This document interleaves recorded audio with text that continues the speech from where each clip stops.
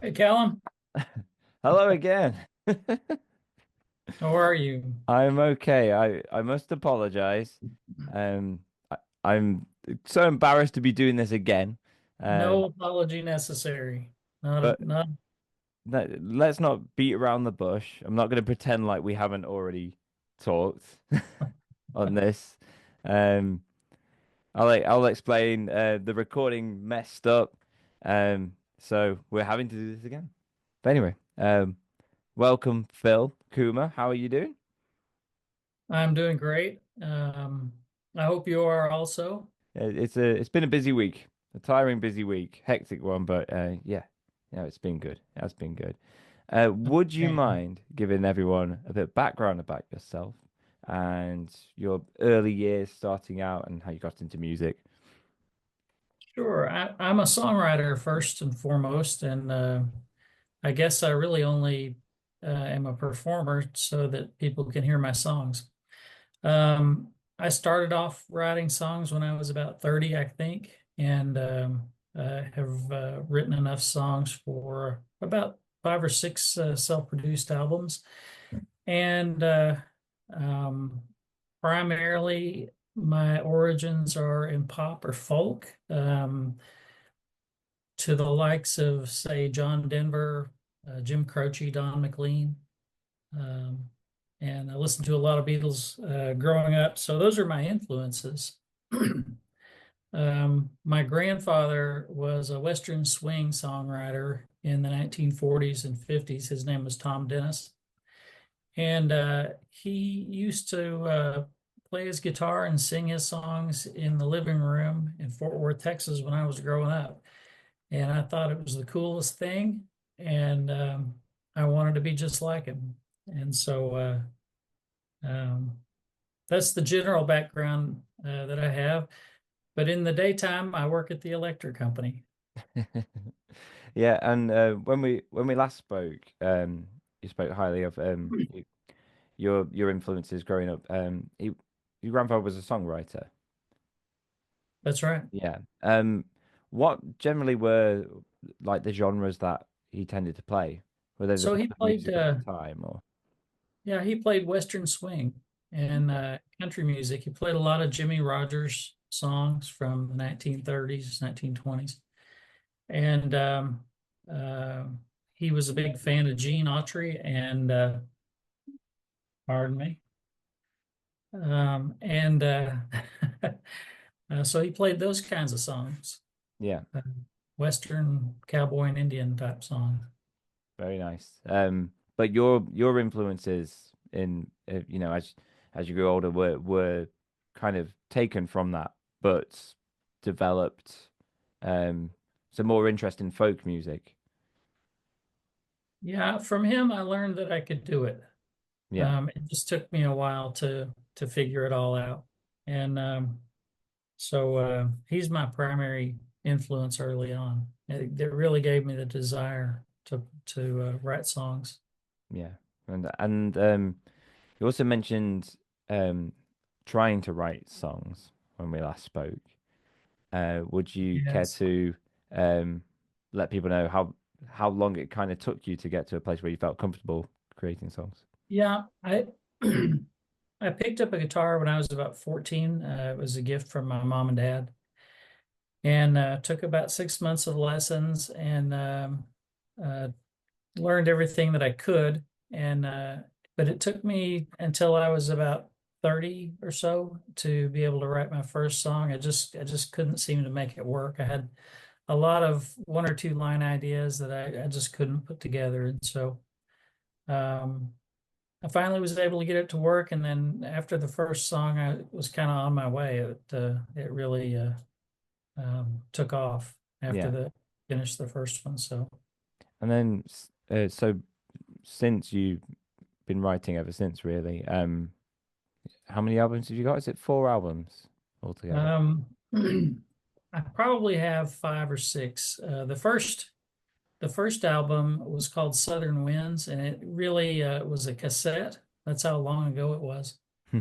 And that has never made it to the digital world.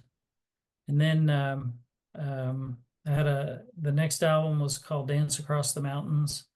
And then there was um, Texas, the Texas album. There's an album called The Sum of Possibilities. Yeah. And um, and so yeah, and I'm Yeah. working on the next. So seeing your discography on Spotify, I'm just looking at it now. Okay. Dance Across the Mountains, Texas, and the Summer Possibilities, all seem to be within the space of 3 years. Were they created in 3 years within that space, or just uploaded at that point? So that was the time of the pandemic, and Yeah, everyone was homebound, and but we did have the internet to bring us all together. And during that time, I started a live stream on Reddit, a daily live stream that uh, had anywhere from 2 or 3 thousand to 500,000 people on it every day. And so I really had a chance to spend a lot of time with music, and I decided to take some of the songs I had written and do those recordings and to put them into a shape where they could be made available to yeah. people. I mean, it's lovely that during that time you managed to get like a small following. I say small, I mean that's impressive to me. A following on Reddit and have that kind of connection with people during those times, and having people connect with your music must have been quite nice. It I think everybody helped everybody make it through it. I really do. Mm, I know that it really saved me during those times. yeah, I was single then, and it really made my life, honestly. Being able to do the live streams and talk with people and share the songs and yeah. meet people, and people actually met in the live stream and got married on Oh, that's during amazing. during my live stream. So it's amazing how things just happen when you get together. It is, yeah. And you never know maybe the impact or influence you might have upon people when you're just making your music and doing your thing. But yeah, they were crazy times, weren't they? And being able to create, I think, was so important. I think I made about 4 albums, but listening Oh, back now, they're a bit more experimental, I'd say. yeah. I think I was going through a lot, probably mentally at that point. So yeah, but it was a chance to escape, I think. I think Um, we all came along a little bit. yeah, and maybe we've grown now. It's Mhm. 2025, or I can't believe it's 2025. Um, and when they say like, it was like 5 years ago, I'm like, what? Yeah, it's Started like five already years? the future. Yeah, it doesn't feel that long ago, but yeah, it was. Um, so how would you describe the music that you typically create? Normally, I write love songs, just short, silly little love songs, and uh, the uh, the song that we're talking about today, the Apocalyptic, is a departure from that. Yeah, But I do write what comes, and that is what came one day. And so I began working on that. It took just a little while to put it together, but it's uh, distinctly different than my other songs. I have another one that's it's not like it, but it's also a more political song called Sam, and it's about the time when George Floyd passed away, and the public outcry during that time. yeah. So it does happen with me. And you segued for me. Actually, that was great into the apocalyptic. It's like you knew what we were going to be talking about. It's crazy. Um, Like that. would you like to give a bit of background about this song, Apocalyptic, and how it is different to what you normally do, and the inspiration? Sure, it's in a minor key, and it starts off about me waking up in bed at 4:30 in the morning to the alarm clock, and trying to get up and drag myself out of bed that early and uh, shower and clothe myself and put myself in the car and go to work every day, 5 days a week. And during those times, it was early in the morning, and so it was dark outside, and so the headlights were oncoming. The new LED headlights are very bright, and so they were kind of a striking thing. And it occurred to me that we were, getting up in the morning and leaving and heading into uh, just a not so great place. I think the song calls it driving myself into hell, but it's not. Yeah. Hmm. So it's a little like that. Yeah. If you're somebody that gets up in the morning and goes to work, um, and uh, and I was seeing all these things in the news, and in Texas, a lot of people are very politically active, and to me, a lot of the concepts that were going on, building a spaceport in Texas to go to Mars, and having these flights that are leaving, and then we have some extreme political ideas going on, and um, it occurred to me that if the super wealthy people ever got on the same team with the politicians, that we'd be in a lot of trouble. And Yeah. so um, that is primarily what the song is about. And um, so it's a little bit of a dark thing, but it may be food for thought for some folks. Uh, Yeah. um, You kind of got the two parts of society, haven't you? That those who are just doing their day to day in this kind of machine, while those who are incredibly rich, uh, coming up with ways they can escape this planet almost, or go and live somewhere else. And then you've got this repeating refrain, I'm driving myself into hell. And it kind of reminds me of like the working week, you live your day, drive myself to hell. You go your next day, drive myself to hell, next day. And it feels like a cycle for those who aren't the billionaires, who are coming up with whatever they want to do. We're all just on this hamster wheel. exactly. It's a loop that a lot of us can't get out of. Yeah. And it seems like if you're wealthy enough, you can decide that you're going to go ahead and take your own planet and maybe even have this one too. Yeah. More than one planet for yourself, isn't it? But yeah, no, it's a lovely song, and I kind of like how quickly the refrain goes. It just goes, "I'm driving myself into hell. I'm driving to my," and then it's the next verse, and then I'm driving myself into hell, and it's like it's almost like the quickest chorus probably you can have, but it repeats itself really nicely, quite a few times, and everything feels almost painful a little bit. Like you've got the alarm cuts into my brain. Like this is pain doing this every day. This hurts me. Um, and you can see just from the first verse that kind of pain. Um, you go on to talk about our lives are just kind of like distractions, a bit like slavery.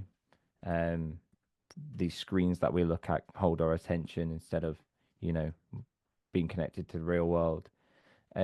Is that what you were kind of feeling? You feel like we are just like drawn to this screen, and It, our lives do feel painful. in a way, it is very Orwellian. We see so many people, and if you look at somebody, there's a pretty darn good chance they're looking at their telephone, Yeah, um, no matter what age. And um, so it's almost like we look in there to find out what we're going to believe.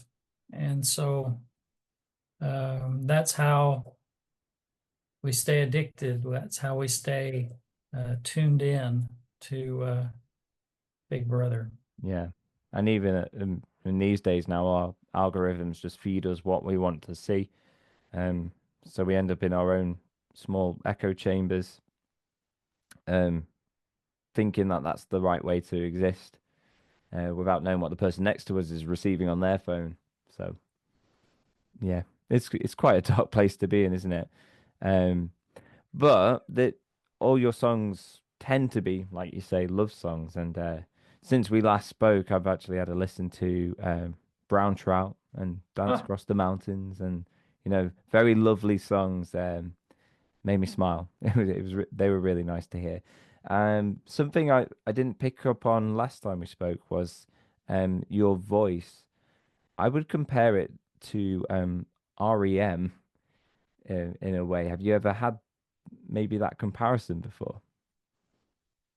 I have been compared to so many different people, Have you? and I uh, I don't I don't really know. My ex-wife said I don't said you don't sound like anybody. So it it's I think that everybody takes it the way that I sound in their own way. Yeah, Um, I hear but an element of placebo, REM. There's a little thank bit of you. that feeling to it. I'll It's take good. it as a compliment, certainly. Yeah, it definitely is a compliment, don't worry.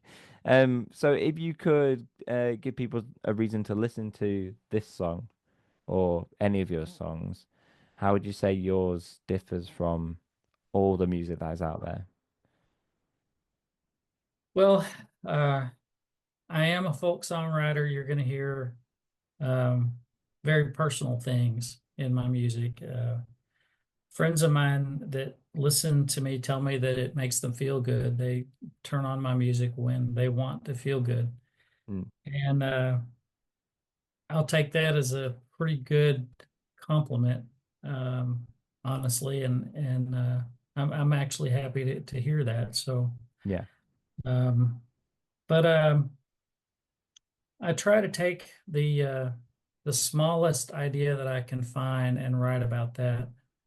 And I have a new song called "All the Medicine I Need," and it's just a song about how looking into someone's eyes is enough medicine for them in their life.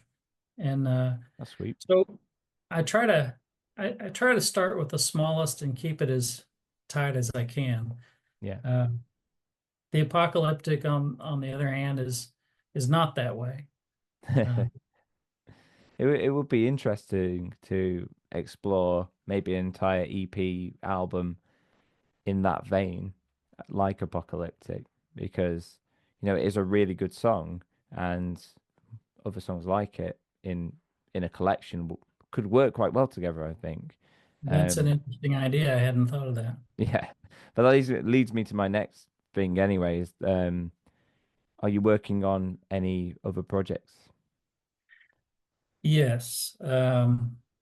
So I don't really do uh, themed projects. They just I just put them together as they come. Yeah, And I have another album coming out. There's this song will be on it. There's another song called a new song called "The Window Seat Thief."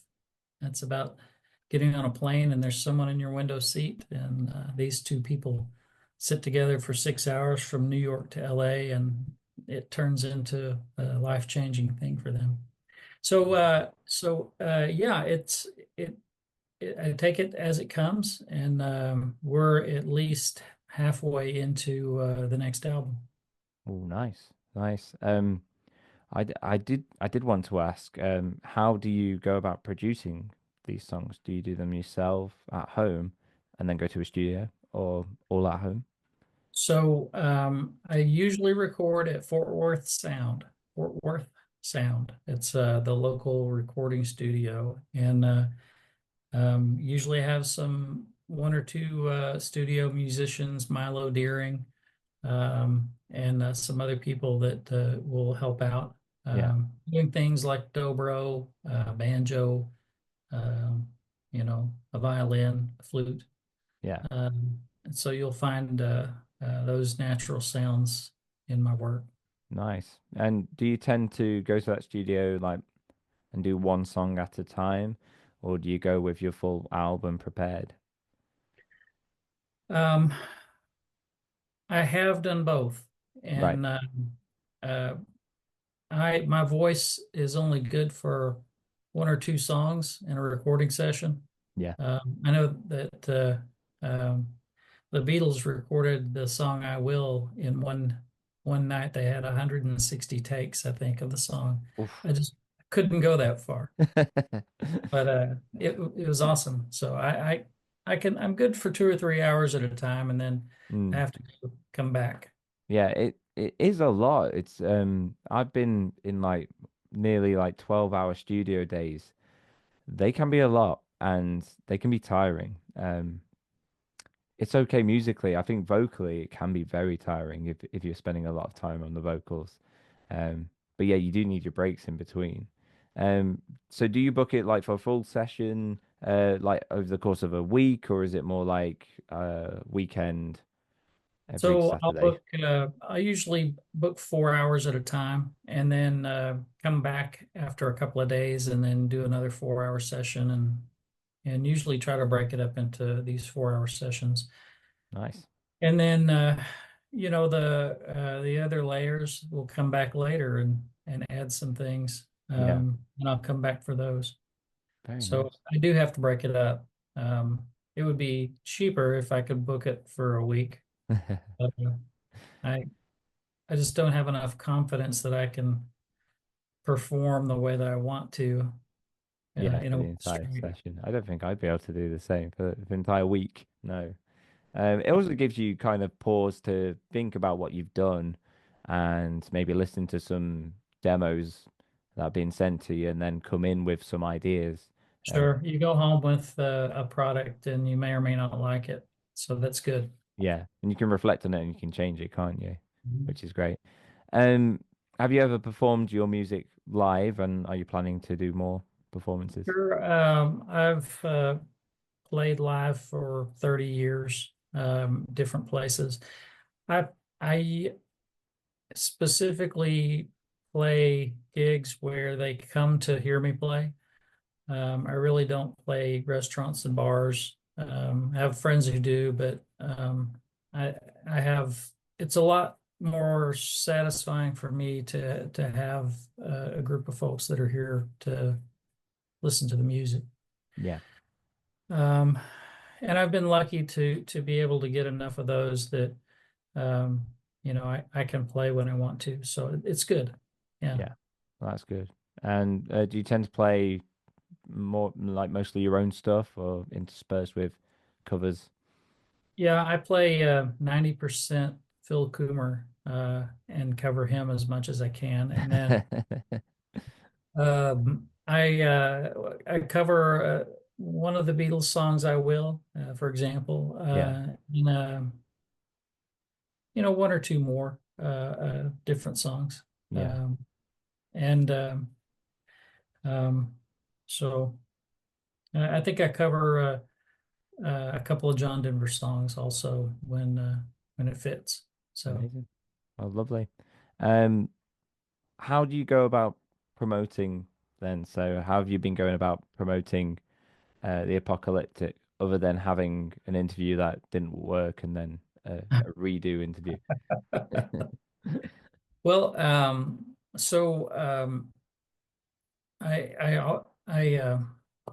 gosh, let me find them. I wish I had one here. So here's I have a lot of different kinds of stickers that I take, and when I play a gig, I give Cool. out lots of stickers, and people put these things. These things will stick everywhere, and people put them everywhere. And so I have two or three different kinds of colorful stickers that all have a scan barcode on there, and people can find me that way. I have a website at pcoomer.com, and all of the videos that I produce, everything that I produce points to that place, which also points back to YouTube. And so Yeah, there's a calendar there that I set up when I'm playing. My intent this year in 2025 is to finish the next album before I do anything live. And yeah, so um, but it's great. I have a lot of fun, and um, I just don't know what else I would be doing. It sounds brilliant. You should put those QR codes on a shirt, a t-shirt. Send it to me, and I can wear it on a video then with the QR code. Be Okay, that's perfect. a great idea. It would Or work. message me when you're ready to do that. I'll have it. Brilliant. Okay, Well, thank you for talking to me again and being an absolute pleasure again. Um, Go and check out the Apocalyptic. This recording will work. Yeah, and you'll see on my YouTube the reaction to the Apocalyptic as well. So yeah, thank you very much. Take care. grateful to be here. Thank you so much, Callum. Thanks. Bye.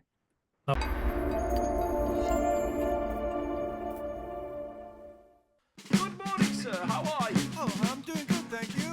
Oh, that's delightful to hear. Well, have a good morning. Oh, thank you. Jolly good. Oh, what a day.